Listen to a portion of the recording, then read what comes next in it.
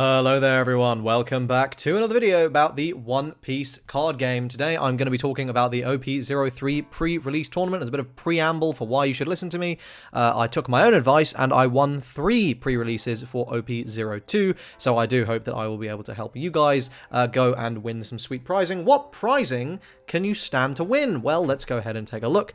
Obviously, this is going to be a sealed format, and you get one of these VVs for participating. Obviously, it looks pretty good. You also get these pre-release packs for participation where you get 2 hot stamped promo cards. Thankfully, these are not foil, otherwise I think I'd be going bankrupt. But the main thing, for winning, you get this gorgeous pre-release winner promo. This looks really, really good. And that is the main reason you want to be tryharding, basically. You want to be picking up one of these. The pre-release winner promos for OP02 were something like 200 plus during that first initial period. So obviously, if you are able to just flip them immediately, you are looking at a nice little chunk of tendies there. So let's go ahead and get into the card pool. So I'm going to start with the commons and uncommons, because this is obviously going to form a majority of your deck, and we're just going to talk about sort of essentials, right? And you are just going to want to be playing power cards and cards with high counter value, right? If a card does not have counter, you got to be really, really careful when you decide whether or not you're going to be playing it. Vanillas are your friend. So if we go through the red cards here, right? For example, Speed Jill. This is a 4/6. You're going to play this. If you get any copies of this, you're going to put it in your deck. Namel, this is a 3/5. You're going to play this as well because it is a vanilla.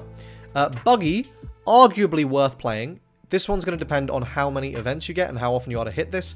But honestly, even if you're not super likely to hit it, I feel like I would want to be playing Buggy anyway, just because if I do hit it, brilliant. Otherwise, it's like, it's a 3k, right? That's actually something that can threaten with a relatively small dot investment. Haruta is an interesting character because it's essentially giving you a Nami effect. I just don't think it's going to be worth it. I wouldn't play it because you're not really going to be playing perfectly on curve most of the time, and you're going to be allocating like dons very frequently. It's okay. It's pretty small. Fossa is a blocker. You want to be playing every single blocker you get. Now I will say, Marco is something that does exist, and if your opponent blows you out with it, it is what it is, but it's an SR, so you really can't expect them to have it. Therefore, you want to be playing Fossa because it's just going to be very, very high value as a blocker, and it also has 1k counter. Garp can potentially cook, but you'll notice there's only 2 red 1-drop SR cards here, and unless you pull about 1 billion of them, I wouldn't bother thinking about it. Speaking of that though, Thatch is pretty good because it will become a 4k, so you can just you know, slap a few dons on it and start swinging for big numbers. These events are pretty good.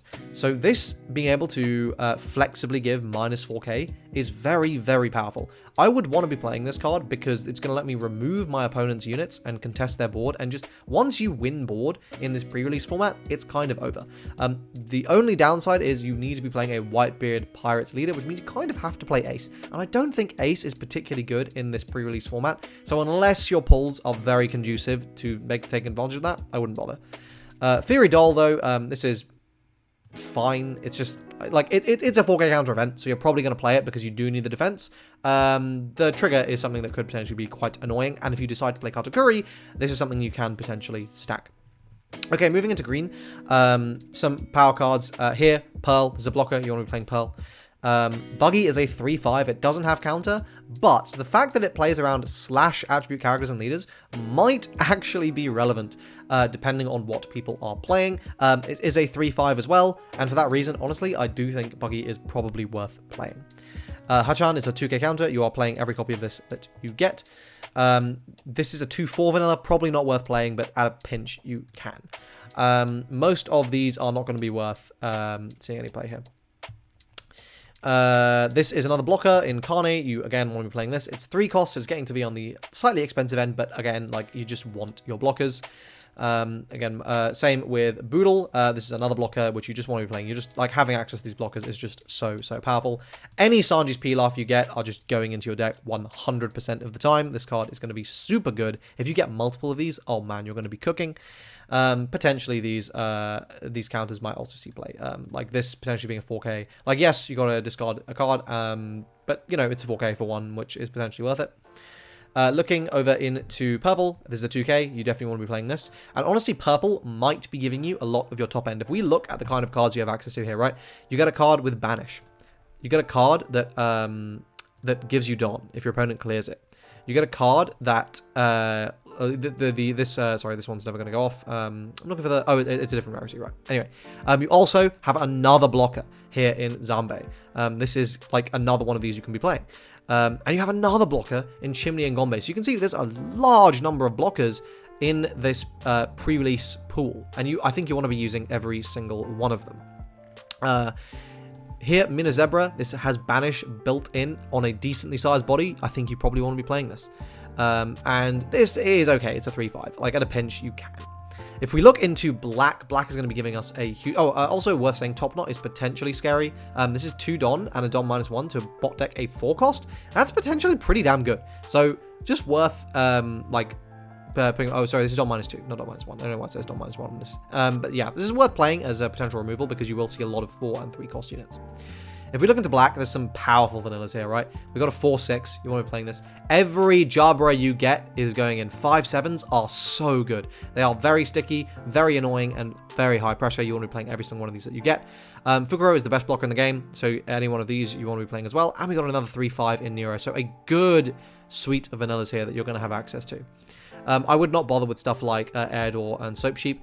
Sky Slicer might be worth it, but I just don't think you're going to have enough ways to get stuff down to a cost 0, so probably not. Moving into the yellow cards, Kingbalm is a trigger to play this, but it's such an expensive trigger that I'd be very hesitant to, but it might be worth it. So they're worth keeping in mind.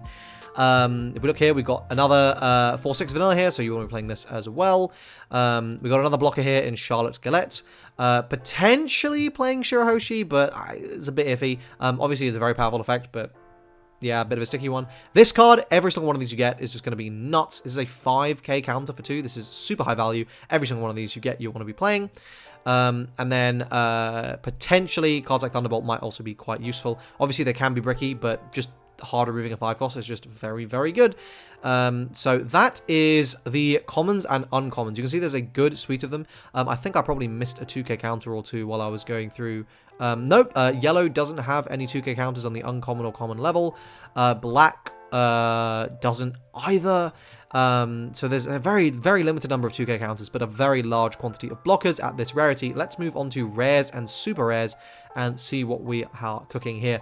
So the rare level, the card quality is just significantly better, right?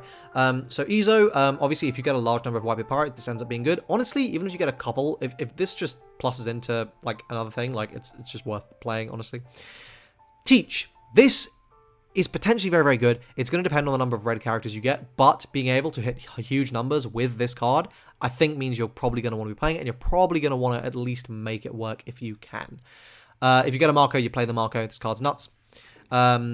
No point playing Flame Emperor because you're probably not going to be playing Ace. If you get Fire Fist, this can be worth it. This can be worth it, but it is a little bit sticky. We're in the similar situation with Jin. You're not playing an East Blue leader, so you're probably not worth playing it. Krieg can be worth playing, though, if you get this as an SR. Obviously, I'd put it in just because of its large stat line. As we continue to go through here, another notable one here. Usopp, this card has Rush. Obviously, you're playing any SR, basically, if you get it, but yeah, this is a Rush unit, and people aren't really going to be playing around Rush units in this format, so that's something that's worth bearing in mind. There's a 2k counter. Play any of it that you get. Zeph, this bounces 3 cost or lowers. This can be relevant, so you might as well include it. If you get any 3000 worlds, you're absolutely playing it. This card is going to be very, very powerful. Continuing here, Poorly. If you get this card, this is a little spooky because this will let you ramp and it will let you have removal, and it is on a sizable enough body. So yeah, I definitely think Poorly is worth playing if you get it. Similarly, like Jet Gatling, this is giving you really good defense like for free, and you definitely want to be using that. Isho, if you get this, you definitely want to be including it. Kaku is fine. You can see like the rares for black are really, really stacked. Any black rare you get is probably going to be valuable. If you get any Khaliflas, you are absolutely gas because this card is phenomenally good. If you get any blue nose as well, this card is going to be very, very nice, just because you're probably going to get at least 1 or 2 CP targets, so you are going to be able to get this going. Because like Lucci and Kaku are unlikely to be actually get used. 6K pistol, though, another one of these 0-cost events that you get to use, which is really, really good.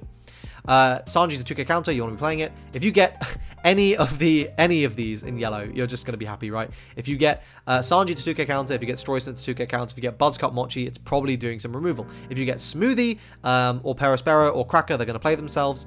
If you get Tenkos Linlin, that might be a compelling enough reason to go for Katakuri if you get that as well, and then Pudding can find your stuff. If you get Katakuri, you're playing it. If you get Sogeking, you're playing it. If you get any of these secret rares, you are playing them. So that is sort of the breakdown of the actual cards. Obviously, you can see the sort of typical advice of if something is a vanilla, you probably want to play it. If something is a 2K counter, you want to be playing it. And you're pretty much putting in every single rare or super or above card you get, because those are just so much better than the stuff at the lower rarities. Okay, finally, let's talk about the leaders. And in my opinion, there are 3. You can only really play 3 leaders here. The first is Kid. Started at Kid. I just don't think there is a compelling reason for this not to be your #1 choice. This card is late game, just going 12-12, you're going to secure lethal, you spend like the early part of the game contesting your opponent's board, applying as much pressure as possible. You can just use this leader effect to nuke your opponent's board and keep yours around. Like, life is nowhere near as much of an issue. It's so much more difficult to like threaten lethal in these games, and just being able to one bang your opponent from 1 life is just crazy. Like, you're gonna punish your opponent for using their blockers improperly. I just think this is far and away your #1 pick. I think your #2 pick though is Katakuri. Obviously that is because there is a good amount of synergy in the set for Big Mom Pirates traded leaders. But the other thing to bear in mind is you are going to be peeking at your life constantly. You're going to be peeking at your opponent's life. You're going to be threatening 7 from the early game with this leader. So I definitely think Katakuri, if you happen to get it, is good. Obviously, if you pick it up before the pre-release, that's also fine, because you can bring any of your leaders. So if you are able to finagle your way into a Katakuri, I think that is a very, very good option. I think Kid is better, but I think Katakuri is a very close second. And then as a runner-up, third is Zoro. I don't think Zoro is particularly good, but I definitely do think it is an option.